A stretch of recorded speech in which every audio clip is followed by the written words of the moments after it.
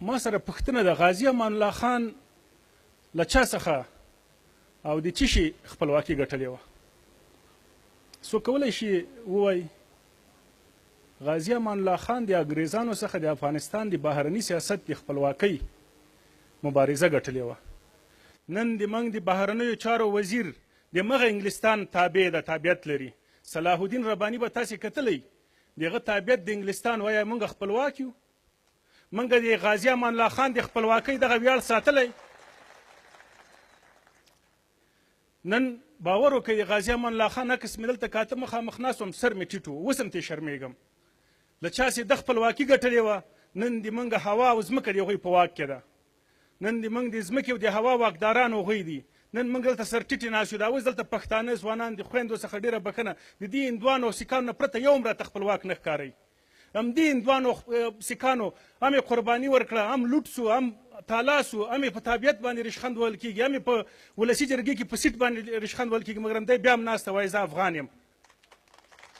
خو پښتون، افغان، تاجک، هزاره، ازبک یوازې د ګټې لپاره په دې وطن کې ناسته. ګټه په دې وطن کې ده، پرواز یې په دوبۍ کې ده، کور یې په اروپا کې ده، انډیوالي او لین و دین په هندوستان کې ده، تداوی په جرمني او انګلستان کې ده، جاسوسي د امریکا لپاره، د ایران لپاره، د اصفهان لپاره، د پنجاب لپاره ترسره کیږي.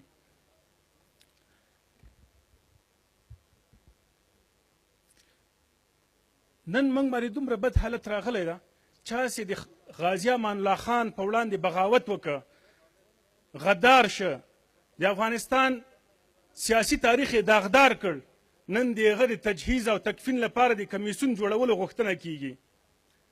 نن موږ په دغسې یو تاریخ کې ژوند کوو. نن موږ په داسې یو تاریخي شرم کې راګیر یو.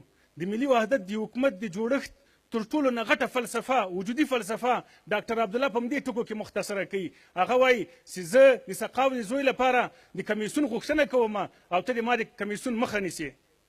موږ دلته ناست څه کوو؟ د غازي امان الله خان غزل مانځو. آیا دا د شرم ځای نه ده؟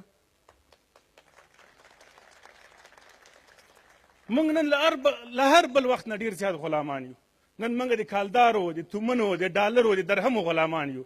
نن په لویه مشرقي کې، په لوی ننګرهار کې کالدارې، په لوی هرات کې تومن، په کابل کې په ډالرو باندې پور او پلیر کیږي. نن د موږ تاسې په جیبونو کې دا اوس هم جیبونه تلاشي کوي، د هر یو په جیب کې به همدغه روپۍ پرتې وي. د کمې خپلواکۍ ذکر موږ کولی شو چې په هغه باندې وویاړو. یوازینۍ غذا، یوازینۍ تاریخ چې موږ ځوانانو ته راپاتې ده هغه هم دا چې تر څو پرې ځوانان د غدار، داغدار، پردیپال، جاسوس چارواکي په خلاف باندې مبارزې ته درېږي، قربانۍ ته درېږي، د هغه په خلاف باندې غږ پورته کوي، تر هغو موږ د خپلواکۍ دغه تاریخ ته ادامه ورکوو. هر وخت چې دا غږ خاموشه سه موږ به په رښتینې توګه باندې غلامان کیږو. د موږ سپین ږیرو، د موږ مشرانو، موږ د کمونیست په نامه، د خلقي په نامه، د پرچمي په نامه، د طالب په نامه، د مجاهد په نامه، په مجاهد کې د حزب اسلامي په نامه، د جمعیت په نامه باندې ووژلو.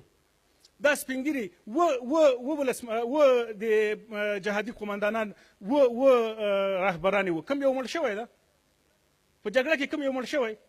په زرګونو، 2 میلیونه شهیدان چې موږ یادو، 2 میلیونه ځوانان دي. دا 2 میلیونه سپین ږیري نه دي، دا 2 میلیونه رهبران نه دي، ټول ژوندي دي. هر کال د دې رهبرانو د مړینې اوازه کیږي چې بیا ګورو په ترکیه کې عملیات سوی راسي بیا ژوندی. هر کال د دې مریضۍ اواز راځي چې ګورو جرمني نه غږ راوکړي، اعلامیه خپره کړي، وایي زه خو ژوندی یم. چې ته به څه وخت مرې؟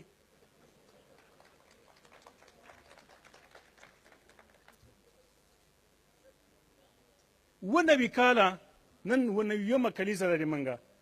90 کاله موږ د یو ملت، یو افغان هویت په نامه باندې ویاړ کاوه.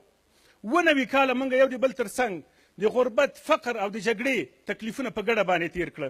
90 کاله موږ د پښتون، هزاره، ازبک، بلوچ تر نامه لاندې په یو افغان او یو افغانستان کې واوسېدلو. مګر هم 90 کاله وروسته په موږ باندې څه راتېر شول. 90 کاله وروسته موږ کې داسې غلامان پیدا شول چې د غازي امان الله خان په وړاندې د سقاو د زوی د ورځې د لمانځلو لپاره راپورته شول. 90 کاله وروسته زموږ دښمنانو، د لستونې مارانو د افغان هویت څخه د انکار ناره پورته کړه. 90 کاله وروسته د افغانستان سیاسي تاریخ ته د قبیلې تاریخ وویل شو. 90 کاله وروسته د موږ کلتور په فرهنګ باندې بدل شه. پوهېږئ دا 90 کاله ولې دا کار وشه؟ دا ځکه چې 90 کاله موږ پردۍ ډوډۍ ته ناست وو، 90 کاله موږ د قلم په ځای باندې توپک وچلاوه، 90 کاله موږ بل چا لپاره ګټه راوړه، خپل تاوان هم وکړه. که موږ نن دا تاریخ بدل نه کړو، که موږ نن د ځان په اړه باندې، د خپل ولس په اړه باندې، د خپل وطن په اړه باندې له سره فکر او غور ونه کړو، 90 کاله راتلونکی به مو سر ټیټي، 90 کاله راتلونکی به په موږ باندې ملنډې وهل کېږي، 90 کاله راتلونکی به موږ د قلم په ځای باندې پردی ټوپک غاړې ته اچوو.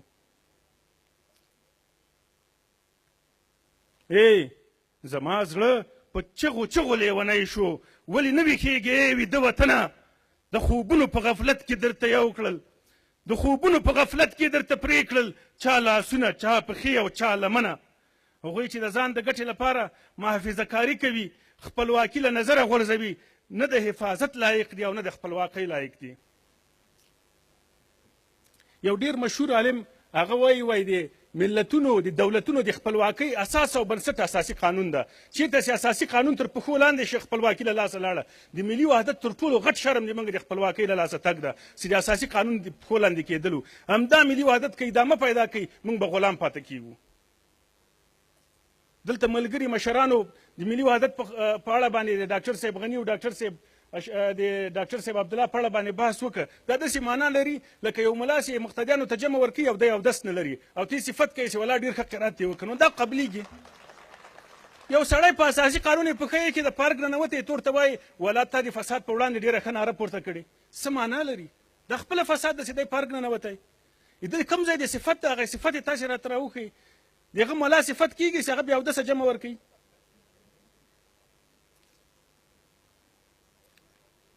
موږ نن د خپلواکۍ د ساتلو د ورځې د لمانځغونډې په پلمه د افغانستان په قسم خوړلو دښمنانو باندې غږ کوو. څو چې دا ځمکه اسمان وي، څو چې پاتې یو افغان وي، تل به دا افغانستان وي، تل به دا افغانستان وي. مننه.